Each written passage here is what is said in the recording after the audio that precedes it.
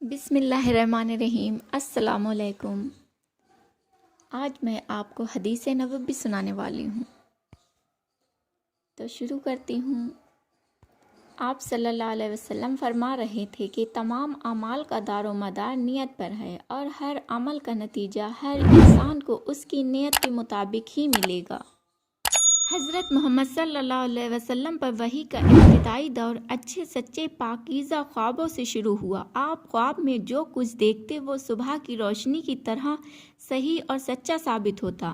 پھر من جانب قدرت آپ تنہائی پسند ہو گئے، اور آپ صلی اللہ علیہ وسلم نے غار حرا میں خلوت نشینی اختیار فرمائی، اور کئی دن اور رات وہاں مسلسل عبادت اور یاد الہی و ذکر اور فکر میں مشغول رہتے، جب تک گھر آنے کو دل نہ چاہتا۔ توشہ ہمراہ لیے ہوئے وہاں رہتے۔ توشہ ختم ہونے پر ہی اہلیہ محترمہ حضرت خدیجہ رضی اللہ عنہا کے پاس تشریف لاتے، اور کچھ توشہ ہمراہ لے کر پھر وہاں جا کر خلوت غذا ہو جاتے۔ یہی طریقہ جاری رہا یہاں تک کہ آپ پر منکشف ہو گیا، اور آپ غار حرا ہی میں قیام پذیر تھے کہ اچانک حضرت جبرائیل علیہ السلام آپ کے پاس حاضر ہوئے اور کہنے لگے کہ اے محمد پڑھو۔ آپ فرماتے ہیں کہ میں نے کہا کہ میں پڑھنا نہیں جانتا۔ آپ صلی اللہ علیہ وسلم فرماتے ہیں کہ فرشتے نے مجھے پکڑ کر اتنے زور سے کھینچا کہ میری طاقت جواب دے گئی، پھر مجھے چھوڑ کر کہا کہ پڑھو۔ میں نے پھر وہی جواب دیا کہ میں پڑھنا نہیں جانتا۔ اس فرشتے نے مجھ کو نہایت ہی زور سے کھینچا کہ مجھ کو سخت تکلیف محسوس ہوئی۔ پھر اس نے کہا کہ پڑھو۔ میں نے کہا کہ میں پڑھا ہوا نہیں ہوں۔ فرشتے نے تیسری بار مجھ کو پکڑا اور تیسری مرتبہ پھر مجھ کو کھینچا، پھر مجھے چھوڑ دیا اور کہنے لگا کہ پڑھو اپنے رب کے نام کی مدد سے، جس نے پیدا کیا اور انسان کو خون کی پھٹکی سے بنایا۔ پڑھو، اور آپ کا رب بہت ہی مہربانیاں کرنے والا ہے۔ بس یہی آیتیں آپ حضرت جبرائیل علیہ السلام سے سن کر اس حال میں غار حرا سے واپس ہوئے کہ آپ کا دل اس انوکھے واقعہ سے کانپ رہا تھا۔ آپ حضرت خدیجہ کے یہاں تشریف لائے اور فرمایا کہ مجھے کمبل اوڑھا دو، مجھے کمبل اوڑھا دو۔ لوگوں نے آپ کو کمبل اوڑھا دیا۔ جب آپ کا ڈر جاتا رہا تو آپ نے اپنی جوزہ محترمہ حضرت خدیجہ رضی اللہ عنہا کو تفصیل کے ساتھ یہ واقعہ سنایا اور فرمانے لگے کہ مجھ کو اب اپنی جان کا خوف ہو گیا ہے۔ آپ کی اہلیہ محترمہ حضرت خدیجہ رضی اللہ عنہا نے آپ کی ڈھارس بندھائی اور کہا کہ آپ کا خیال صحیح نہیں ہے، خدا کی قسم آپ کو اللہ کبھی رسوا نہیں کرے گا۔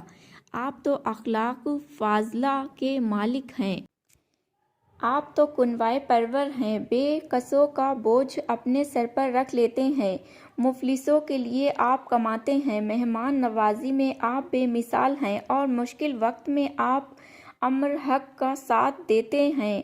ایسے اوصاف حسنہ والا انسان یوں بے وقت ذلت و خواری کی موت نہیں پا سکتا۔ پھر مزید تسلی کے لیے حضرت خدیجہ رضی اللہ عنہا آپ صلی اللہ علیہ وسلم کو ورقہ بن نوفل کے پاس لے گئیں، جو ان کے چچا زاد بھائی تھے اور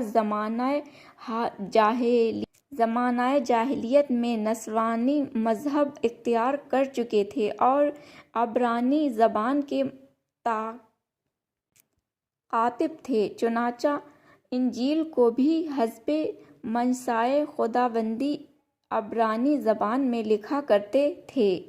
انجیل سریانی زبان میں نازل ہوئی تھی، پھر اس کا ترجمہ عبرانی زبان میں ہوا۔ ورقہ اسی کو لکھتے تھے۔ وہ بہت بوڑھے ہو گئے تھے، یہاں تک کہ ان کی بینائی بھی رخصت ہو چکی تھی۔ حضرت خدیجہ رضی اللہ عنہا نے ان کے سامنے آپ کے حالات بیان کیے اور کہا کہ اے چچا زاد بھائی، اپنے بھتیجے محمد صلی اللہ علیہ وسلم کی زبانی ذرا ان کی کیفیت سن لیجیے۔ وہ بولے کہ بھتیجے، آپ نے جو کچھ دیکھا ہے اس کی تفصیل سناؤ۔ چنانچہ آپ حضرت محمد صلی اللہ علیہ وسلم نے ازوال تا آخر پورا واقعہ سنایا، جسے سن کر ورقہ بے اختیار ہو کر بول اٹھے کہ یہ تو وہی ناموش فرشتہ ہے جسے اللہ نے حضرت موسیٰ علیہ السلام پر وحی دے کر بھیجا تھا۔ کاش میں آپ کے اس عہد نبوت کے شروع ہونے پر جوان عمر ہوتا۔ کاش میں اس وقت تک زندہ رہتا جب کہ آپ کی قوم آپ کو اس شہر سے نکال دے گی۔ رسول کریم صلی اللہ علیہ وسلم نے یہ سن کر تعجب سے پوچھا کہ کیا وہ لوگ مجھ کو نکال دیں گے، حالانکہ میں تو ان میں صادق و امین و مقبول ہوں؟ ورقہ بولا، ہاں یہ سب کچھ سچ ہے، مگر جو شخص بھی آپ کی طرح امر حق لے کر آیا، لوگ اس کے دشمن ہی ہو گئے ہیں۔ اگر مجھے آپ کی نبوت کا وہ زمانہ مل جائے تو میں آپ کی پوری مدد کروں گا۔ مگر ورقہ کچھ دنوں کے بعد انتقال کر گئے۔ پھر کچھ عرصے تک وحی کی آمد موقوف رہی۔